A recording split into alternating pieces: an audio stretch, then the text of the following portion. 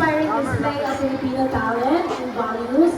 Let's give another fabulous round of applause for our amazing pupils and performers.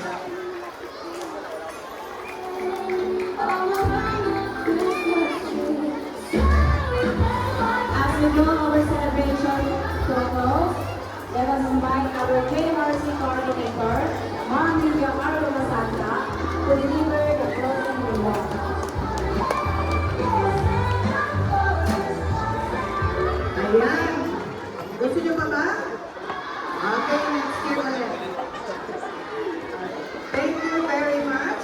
Lalo na sa ating mga master teachers na tumulong sa araw na to. Sa mga technical working group. Thank you rin. And syempre, teachers. Sir Fidel, sa iyong assistance sa amin. At sa inyong mga bata. And syempre, salamat din po sa ating drum and line. Magandang araw po sa ating lahat.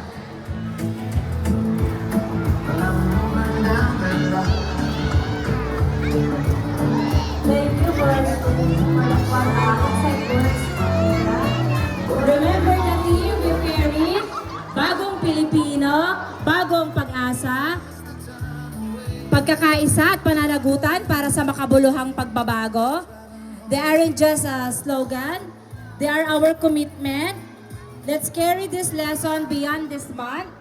Let every home, every classroom, and every community be a space where Filipino values flourish and children's rights are upheld every single day. To our young star, keep shining. Your smile, your dream, and your potential are greatest treasure of our nation. As we conclude, let us carry the Filipino spirit in our hearts.